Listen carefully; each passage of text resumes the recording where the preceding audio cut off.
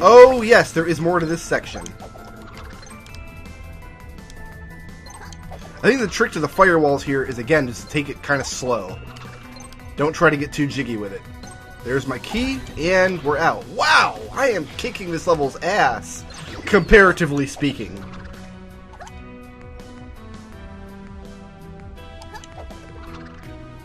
How close are we to the GURGLEWOCK'D? I think we still have a ways to go, honestly.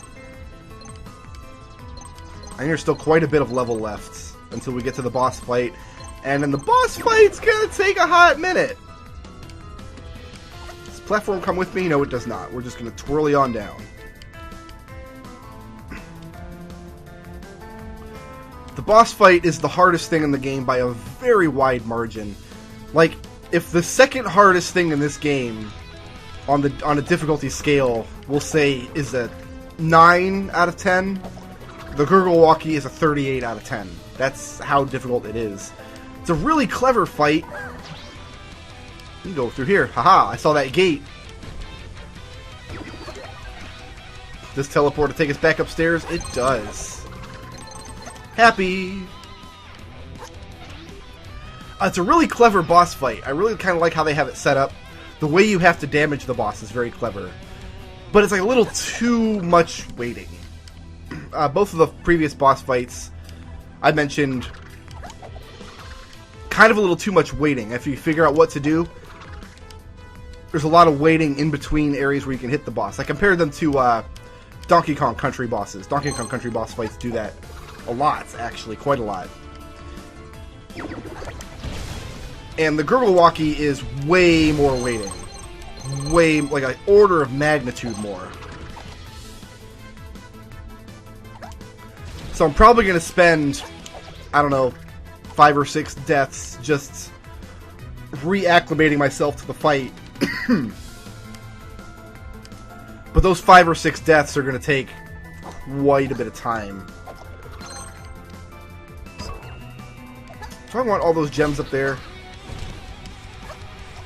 Oh, that's not a place I can go. I got stuck in there.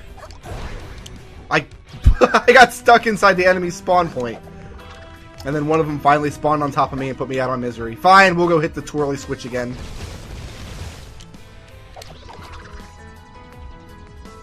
I'm happy about that. I'm happy to lose in such a terrible way. There was no arrows down here telling me where to go. I got confused.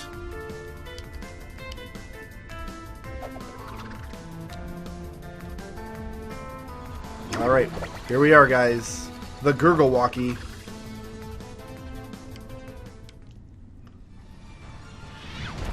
And it's, I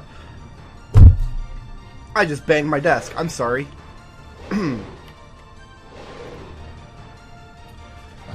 don't know if you'd count this as part of the boss fight here or not.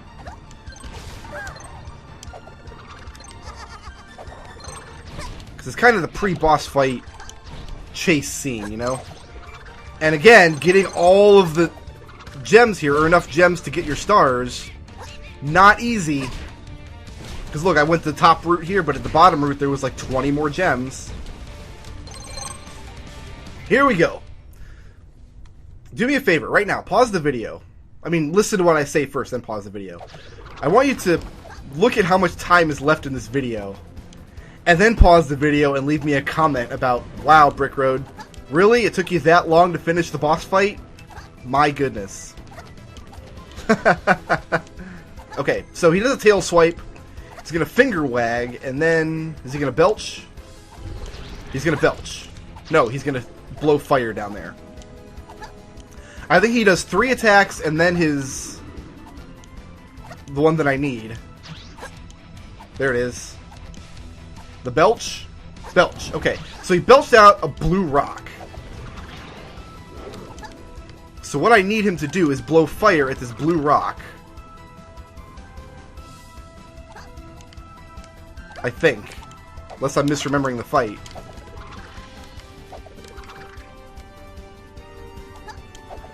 And that will actually damage him.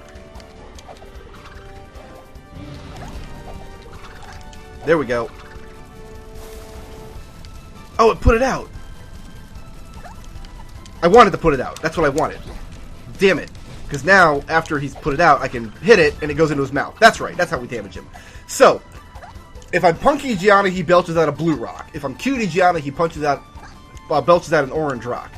I've got to hit the rock with the opposite kind of fire to extinguish it, and then kick the extinguished rock in order to damage him.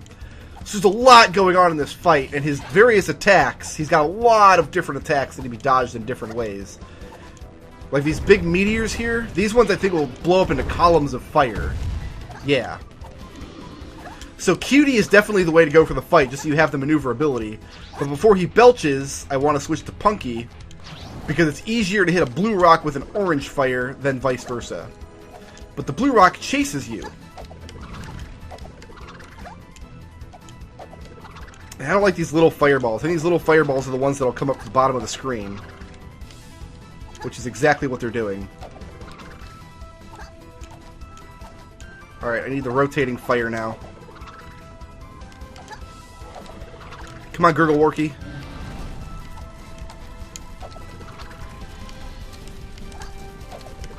That'll extinguish it. And I can just kick it. Oh, I almost died right there. Okay. We're doing pretty good, considering it's my first attempts. So he's going to finger wag. That means more fire. So now my platforms disappear at the bottom. Through whatever his next attack is. Little fireballs. Oh, I don't like these. I don't like these. I did get another... You do get another shield partway through the fight, thankfully. Otherwise, I would have lost it right there. Okay, and the platforms come back. That was only temporary. Good. So now I think he's going to belch. Yep, he's going to belch.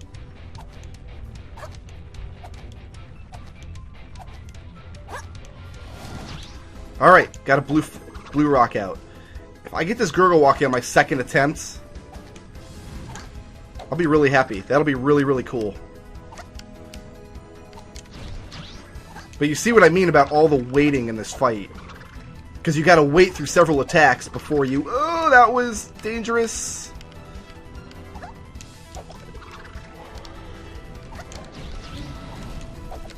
Come this way. Oh, it's going the wrong way. Oh, it's going the wrong way. I got it anyway. I got him on my first try! GURGLEWOCK'D first try! I'm the man! That was badass! Oh, I shoved his fat face up his stupid butt! All you guys who paused the videos and left comments like, Brickroad, how come it took you so long, huh? You all feel like fools now. I made fools out of all of you. I gurgled that walkie. Damn! Oh, he's still alive. That's fine.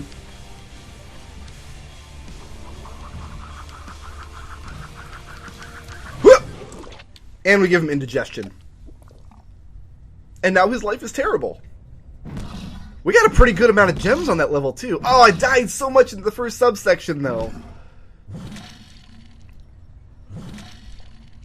That was an amazing run through that level for not having played it in a couple months. And our sister is only, like, partially digested. That was a great run through that level. I gotta be honest with you guys. That was really, really good. And that's it. Now we just have the credits to sit through. This is such a fun game. Issues this game has, I think the biggest issue this game has, and I know I mentioned it in the Let's Play, but kind of doing the wrap-up now, you know? The biggest issue is the graphics. They're gorgeous, but they're so visually busy and detailed that it's difficult to tell what stuff is just background scenery and what stuff you can interact with. Some of the hardest things to figure out are probably the fish jumping out of the water that turn into turtles. So you have to switch to Cutie to get them to jump, then switch to Punky so you can dash off of them. The alien blocks, the thorns that turn into spikes can be very tricky. And underwater sections. Anytime you have an underwater section with the floating skulls that turn into sun spears, A lot of cheap deaths on all of those things throughout the game. But they're all things that practice helps you get better at. So, and there's so many checkpoints. It's like, oh, I just died against the thing, but now I know it's there. Definitely the most salt content in this game was fighting the GURGLEWOCK'D with the one button double jump.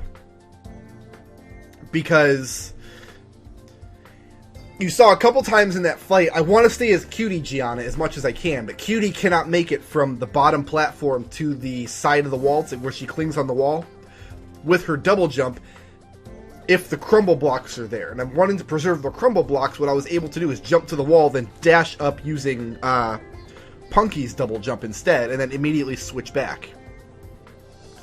You can't do that very easily with the one button double jump. It's a lot harder, because instead of just, okay, I gotta push A to jump, then Y to dash, then R to switch, it's like, okay, I gotta push A to jump, then R to switch, then X to dash, then R to switch again.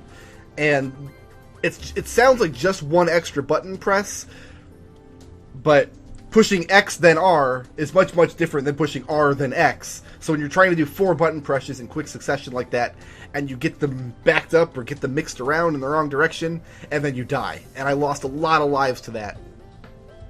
I think it's really cool, though, how they designed that GURGLEWOCK'D fight to... It's beneficial to stay as Cutie through most of the fight, because she has way more mobility. It's much easier to direct where she's going, to dodge between all his attacks. But then the last hit on GURGLEWOCK'D, you've got to use the dash attack on Punky. So then you get the happy world at the end, where she's reunited with her sister. I think that's kind of... I'm sure that was done on purpose. I'm sure they figured they're going to do most of that fight as Cutie, but then we'll do the last hit as Punky, so it feels like both of them get a hit in. You know, it feels like both of them contributed.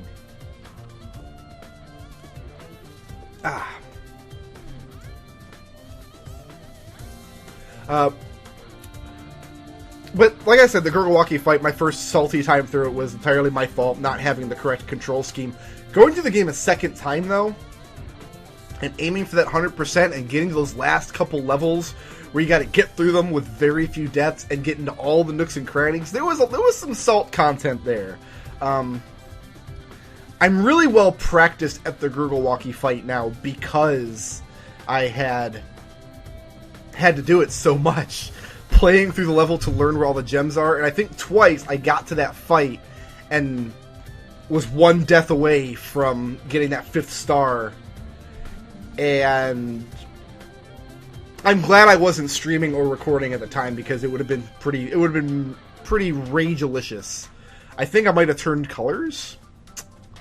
So, but I'm glad I got the hundo on this game. I'm glad I went for the 100%. I really like this game, and people ask me a lot, because if you watch my streams, I have a tendency to stop playing games that I like, and I have a tendency to be bad at games that I don't practice. So I have a tendency to quit games that I'm losing at a lot and not go back to them.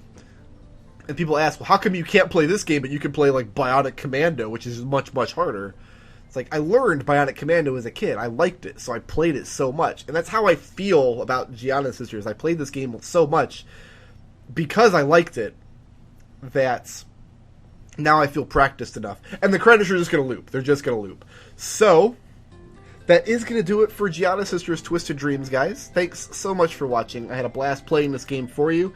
If it looks like your thing, please go ahead and buy it on Steam. Give these dudes your support. I will see you in the next Let's Play. Shoutouts to Chrono Mojo, who sponsored this video, and to everybody who helps make this channel possible by supporting me on Patreon.